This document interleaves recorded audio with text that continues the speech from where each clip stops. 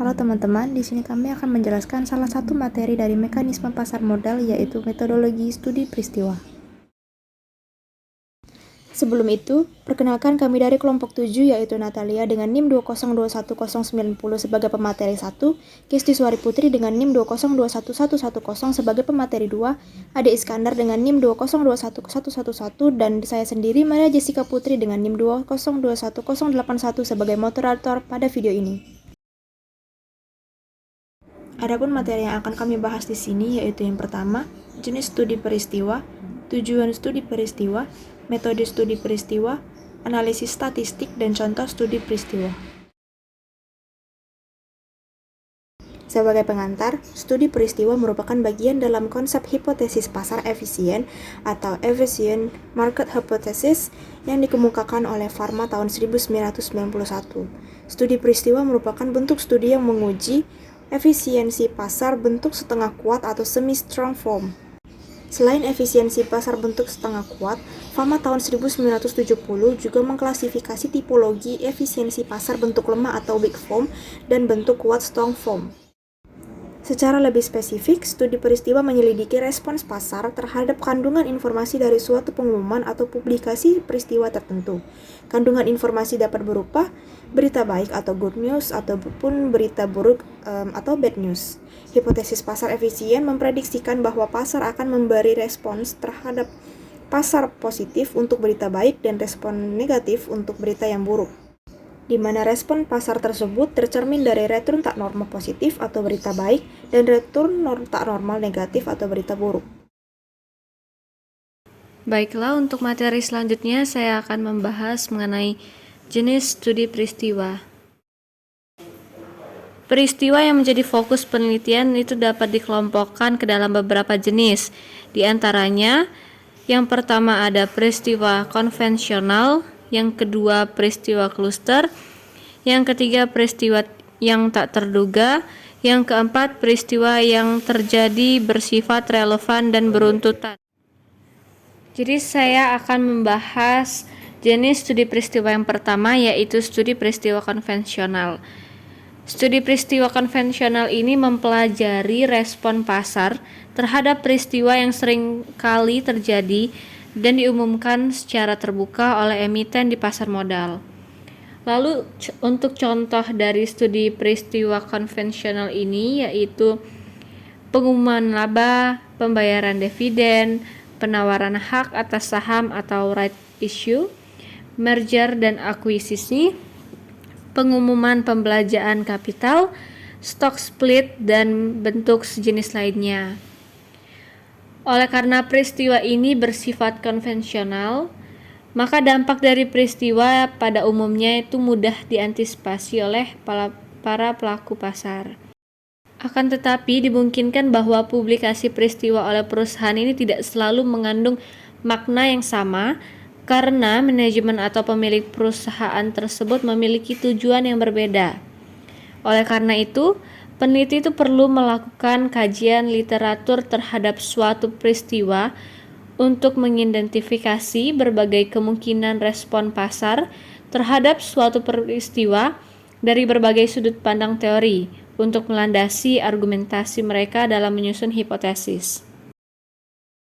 Lalu di sini saya akan membahas mengenai karakteristik studi peristiwa konvensional. Di antaranya ada sebagai berikut. Yang pertama itu, pemicu peristiwa yang sama dapat terjadi atau dilakukan pada perusahaan lainnya. Namun pada umumnya itu tidak dilakukan pada waktu yang sama, atau walaupun hal tersebut dimungkinkan terjadi.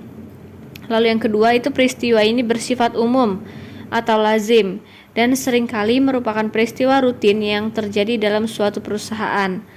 Lalu yang ketiga yaitu untuk peristiwa rutin, interval waktu peristiwa itu bervariasi dari rentang terpendek atau kuartalan hingga tahunan per peristiwa. Lalu yang keempat, dampak peristiwa ini hanya terjadi pada perusahaan yang mengumumkan peristiwa. Lalu untuk karakteristik yang terakhir yaitu tidak terdapat peristiwa lain yang berdekatan atau dalam periode peristiwa untuk menghindari ambiguitas respon pasar terhadap informasi ganda atau confounding effect. Untuk jenis studi peristiwa yang kedua yaitu ada studi peristiwa kluster. Studi peristiwa kluster ini atau kelompok yang mempelajari respon pasar terhadap peristiwa yang diumumkan secara terbuka yang terjadi pada waktu yang sama dan berdampak pada sekelompok perusahaan atau kluster perusahaan tertentu. Lalu peristiwa kluster ini memiliki bentuk yang beragam dan juga kluster ini dapat bersifat relatif sempit hingga luas. Lalu saya akan membahas contoh peristiwa kluster ini, diantaranya yaitu pengumuman pemerintah yang membuat regulasi pada industri tertentu sehingga diperkirakan berdampak pada aliran kas perusahaan dalam industri yang bersangkutan. Respon pasar dalam studi peristiwa kluster ini cenderung lebih sulit diprediksi. Hal ini dikarenakan peristiwa kluster ini bukan peristiwa yang sering terjadi, sehingga investor itu mungkin belum memahami kandungan informasi apa dari suatu peristiwa apakah yang berdampak positif atau negatif terhadap aliran kas perusahaan mereka. Lalu studi tipe ini selain sesuai untuk menguji efisiensi informasi atau kecepatan respon terhadap informasi, juga relevan untuk menguji efisiensi keputusan atau ketepatan respon terhadap informasi. Nah, untuk menguji efisiensi keputusan ini, peneliti itu dapat memecah sampel itu menjadi dua bagian, yaitu yang pertama kluster perusahaan utama atau kelompok perusahaan yang diduga terkena dampak peristiwa tersebut. Dan yang kedua itu kluster perusahaan kontrol atau kelompok perusahaan yang diduga itu tidak terkena dampak dari peristiwa tersebut. Dalam hal ini hipotesis pasar efisien itu secara keputusan terbukti bila pasar dapat bereaksi secara tepat dan mampu membedakan efek peristiwa atau informasi pada kluster yang berbeda. Selanjutnya saya akan membahas mengenai karakteristik dari studi peristiwa kluster ini. Terdapat dua karakteristik dari studi peristiwa kluster ini. Di antaranya yang pertama itu pemicu peristiwa yang bersifat tunggal. Lalu yang kedua, peristiwa yang terjadi itu berdampak atau berita baik atau buruk kepada sekelompok perusahaan. Dalam beberapa kasus, efek peristiwa ini lebih kuat pada sekelompok perusahaan daripada kelompok perusahaan lainnya. Oke, untuk jenis studi peristiwa yang ketiga yaitu studi peristiwa tak terduga. Studi peristiwa tak terduga atau unanticipated event merupakan varian dari studi peristiwa kluster. Studi peristiwa tak terduga ini mempelajari respon pasar terhadap suatu peristiwa yang tidak terduga atau unanticipated event. Sesuai dengan namanya, karakteristik utama dari studi ini adalah peristiwa yang terjadi itu bersifat tidak terduga. Penelitian tentang peristiwa ini relatif belum banyak dilakukan. Selain karena sifat peristiwanya jarang terjadi, tidak semua peristiwa tak terduga itu relevan dengan studi peristiwa yang terkait dengan pasar modal. Lalu untuk jenis studi peristiwa yang terakhir yang akan saya bahas yaitu studi peristiwa berurutan atau sequential events. Jadi studi peristiwa berurutan ini juga merupakan varian dari studi peristiwa kluster. Studi ini mempelajari respon pasar terhadap serangkaian peristiwa-peristiwa yang terjadi secara berurutan dalam situasi ketidakpastian yang tinggi. Dalam hal ini, kecepatan dan ketepatan informasi itu menjadi kunci dari respon pasar. Baiklah, sekian dari penjelasan saya. Selebihnya saya kembalikan lagi kepada moderator.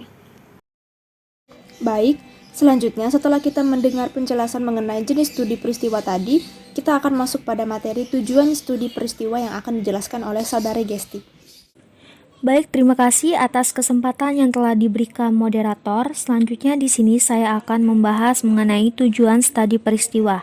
Di tujuan studi peristiwa ini, studi peristiwa berusaha mendeteksi respon pasar terhadap suatu peristiwa yang telah dipublikasikan.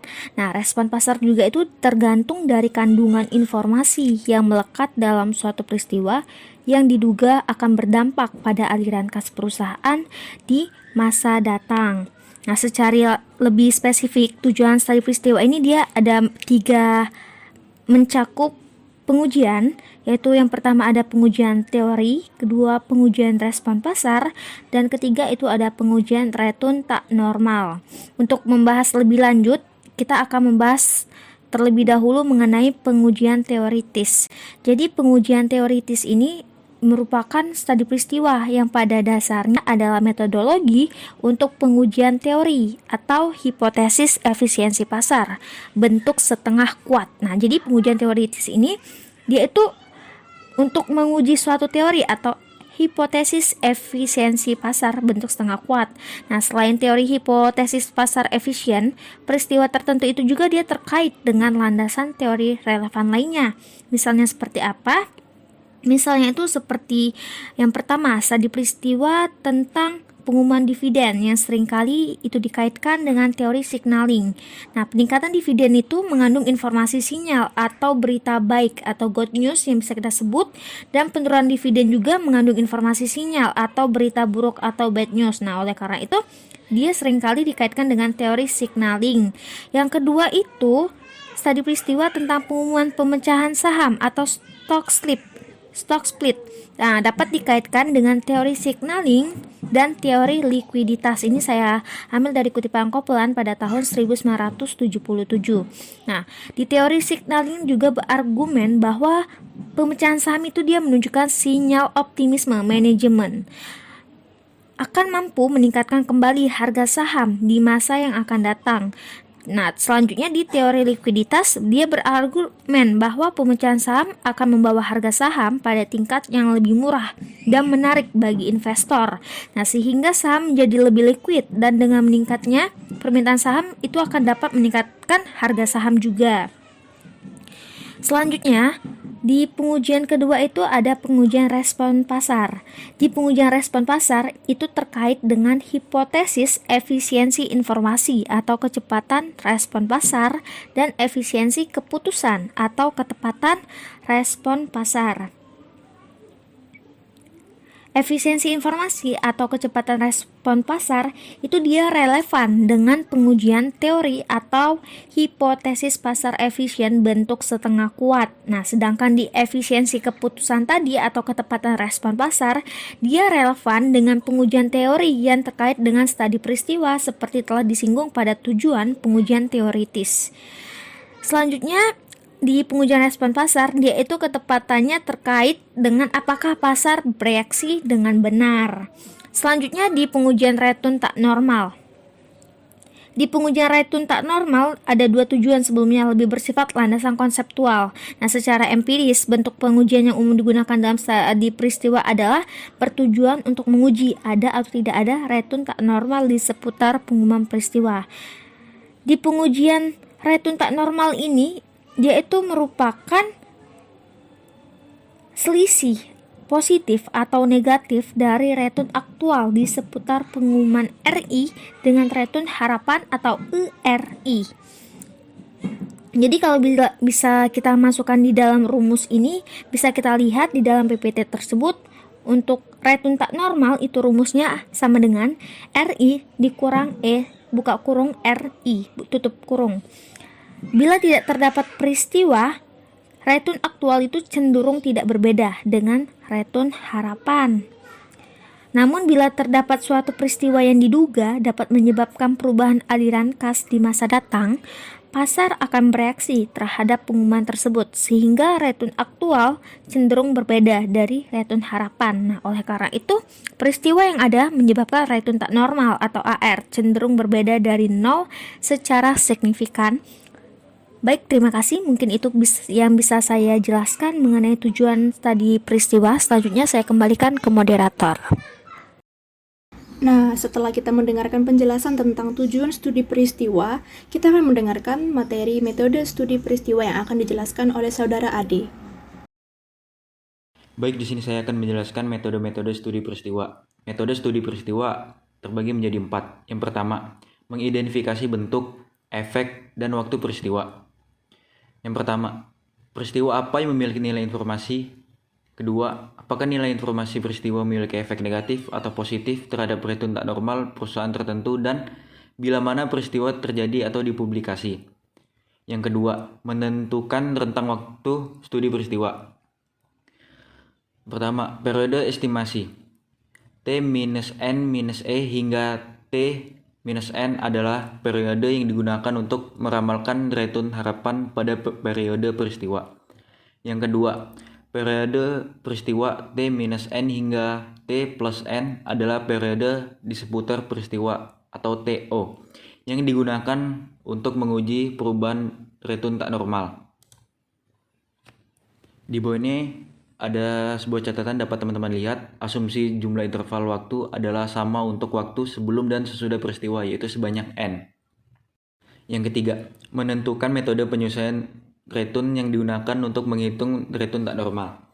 Ada 3 metode yang secara luas digunakan dalam penelitian studi peristiwa. Yang pertama, model-model statistika, yaitu model disesuaikan rata-rata, mean adjust model, dan model pasar atau market model.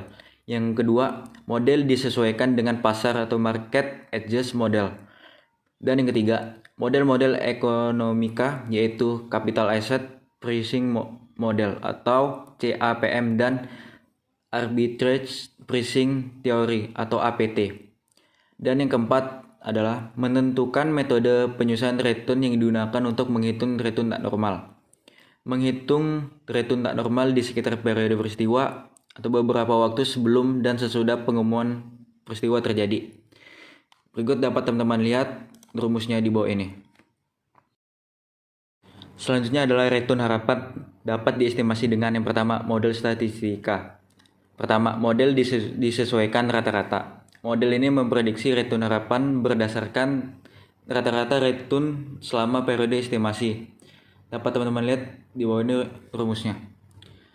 Model tersebut dapat diproksi dengan cara sebagai berikut, rata-rata aritmatik. Dan yang kedua adalah model pasar. Model ini memprediksi return harapan berdasarkan hasil estimasi model pasar selama periode estimasi dengan cara sebagai berikut di bawah ini. Dan yang B, model disesuaikan pasar. Model ini memprediksi return harapan berdasarkan return indeks pasar pada hari pengumuman peristiwa. Yang C, model-model ekonomika. Yang pertama, capital asset pricing model. Rumusnya bisa dilihat di bawah ini. Dan yang selanjutnya adalah arbitrage pricing model.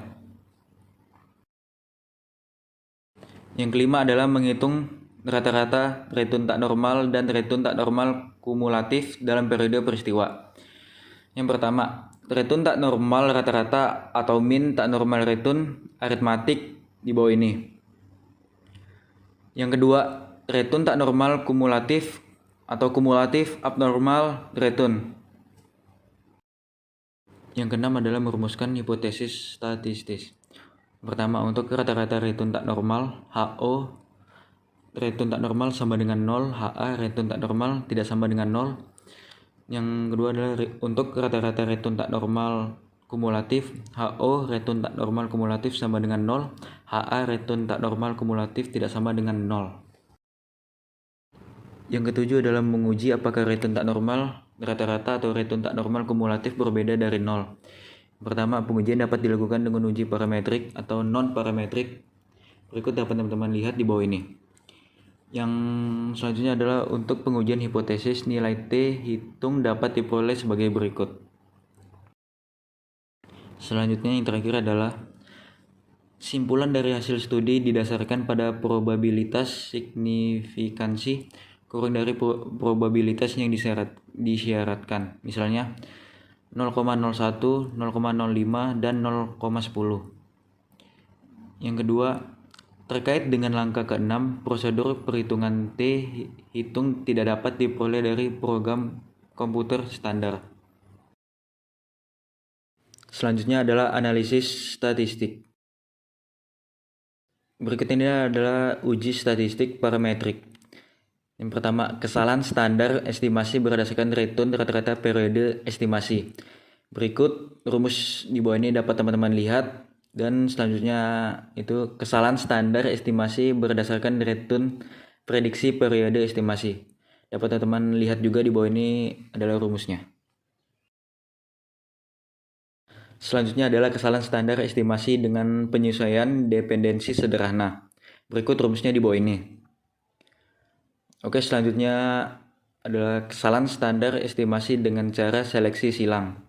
Dapat teman-teman lihat juga rumusnya di bawah ini. Dan yang terakhir adalah kesalahan standar peramalan. Berikut rumusnya di bawah ini. Baiklah teman-teman, setelah kita sudah melihat bagaimana jenis, tujuan, metode dari studi peristiwa serta analisis statistiknya, di sini saya akan menjelaskan mengenai contoh studi peristiwa. Jadi, bagian ini memberikan ilustrasi studi peristiwa dengan contoh isu pengumuman dividen. Bagian penting dalam studi peristiwa adalah pemahaman tentang dasar teori, pasar efisien, dan teori yang menjadi latar belakang suatu peristiwa tersebut. Dan di contoh studi peristiwa ini, kita akan melihat bagaimana dasar teori dan hipotesisnya, metode penelitiannya, serta analisis studi dari peristiwa tersebut. Yang pertama itu ada dasar teori dan hipotesis. Pada dasar teori hipotesis pasar efisien, pasar itu akan merespons informasi yang diumumkan secara terbuka kepada publik dan diduga memiliki kandungan penting dan secara fundamental berpotensi menyebabkan perubahan penilaian aset. Sedangkan pada dasar teori dividen, hipotesis pasar efisien tidak berdiri sendiri dalam menjelaskan fenomena yang terjadi dalam pasarnya, melainkan membutuhkan teori lain yang secara spesifik melekat dalam suatu bentuk peristiwa yang diteliti.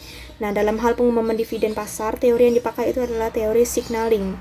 Nah, pada teori ini menyatakan bahwa peningkatan dividen akan direspons secara positif oleh pasar dengan argumen bahwa yang pertama itu, dividen pada umumnya bersifat sticky atau kenyal, yang artinya manajer cenderung enggan mengubah kebijakan dividen karena adanya kepentingan para investor yang menjadi klien mereka. Dan yang kedua itu, teori signaling berasumsi bahwa informasi asimetri yang terjadi di pasar menyebabkan manajer harus melakukan koreksi informasi dengan cara memberikan tindakan nyata dan secara jelas akan ditangkapnya berbagai sinyal yang membedakan dari perusahaan satu dan perusahaan lainnya. Selain teori signaling tadi, terdapat beberapa teori lain seperti teori keagenan, teori dividen tidak relevan, model pembayaran dividen residual. Selanjutnya, pada metode penelitian, yaitu data dan sampel, setelah identifikasi peristiwa ditentukan, yaitu peristiwa pengumuman peningkatan dividen, maka tahap selanjutnya adalah menentukan sampel dan data. Pada tahap ini juga perlu ditentukan periode estimasi dan juga periode jendela. Kemudian pada bagian yang terakhir yaitu analisis studi peristiwa. Langkah selanjutnya adalah menghitung return tak normal atau yang disingkat menjadi RTN. Pada tahap ini dilakukan perhitungan return harapan terlebih dahulu. Pendekatan yang digunakan dalam mengestimasi return harapan dengan menggunakan teknik model pasar yaitu model yang menekankan pada indeks tunggal untuk meramalkan return harapan pada periode jendela. Rumusnya adalah seperti yang ada di bawah ini, di mana return tak normal saham I pada periode T didapat dari return aktual saham I pada periode T dikurangi dengan return harapan atau return prediksian. Lalu, pengestimasian return harapan dapat dilakukan dengan pendekatan statistik sederhana sebagai berikut. Kemudian di tahap selanjutnya adalah menghitung rata-rata return tak normal dan return tak normal kumulatif dalam periode peristiwa. Terdapat beberapa metode pengukuran return tak normal di seputar periode jendela lain sebagai berikut, yaitu yang pertama, return tak normal rata-rata atau mean abnormal return arithmetic, di mana yang pertama return tak normal rata-rata semua sekuritas untuk setiap interval waktu dalam periode peristiwa, yaitu rumus didapatkannya return tak normal rata-rata pada waktu ke T didapat dari sigma return aktual saham I pada periode T dibagi dengan jumlah sekuritas. Dan yang kedua itu ada return tak normal kumulatif atau kumulatif abnormal return, di mana return tak normal kumulatif untuk setiap sekuritas selama periode peristiwa, di mana rumusnya adalah seperti yang di bawah ini. Kemudian tahap selanjutnya adalah menguji apakah return tak normal rata-rata atau return tak normal kumulatif berbeda dari 0. Atau apakah return tak normal sebelum peristiwa berbeda dari return sesudah peristiwa, di mana pengujian ini dilakukan dengan uji T. Return tak normal yang telah distandarisasi merupakan nilai T hitung untuk setiap sekuritas.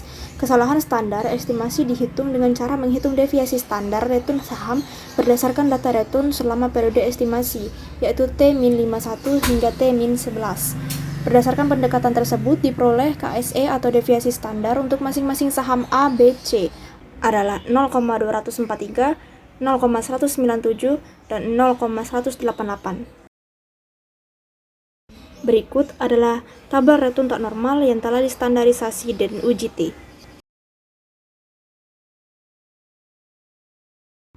Jadi, untuk pengujian hipotesis nilai T hitung kolektif dapat diperoleh dengan rumus T hitung sama dengan sigma return tak normal rata-rata S dibagi dengan akar dari jumlah sekuritas. Jadi, pada tabel yang sudah ditunjukkan sebelumnya, tabel tersebut menunjukkan RTNS untuk A, B, dan C masing-masing disajikan pada kolom 3, 4, dan 5 secara berurutan. Sedangkan hasil uji T hitung kolektif disajikan pada kolom 6 dengan aproksimasi distribusi student T dengan derajat bebas 30. Diketahui nilai T tabel adalah 1,645 untuk pengujian dua sisi.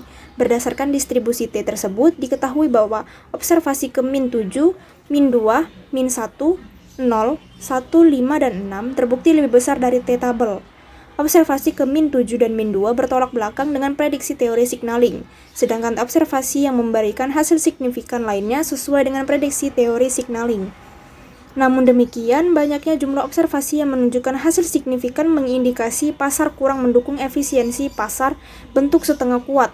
Idealnya, respon pasar bersifat simultan dan tidak terjadi time lag antar pelaku pasar. Dengan kata lain, hasil yang mendukung hipotesis efisiensi pasar bentuk setengah kuat terjadi bila jumlah observasi yang signifikan hanya ada 1 atau 2 observasi saja.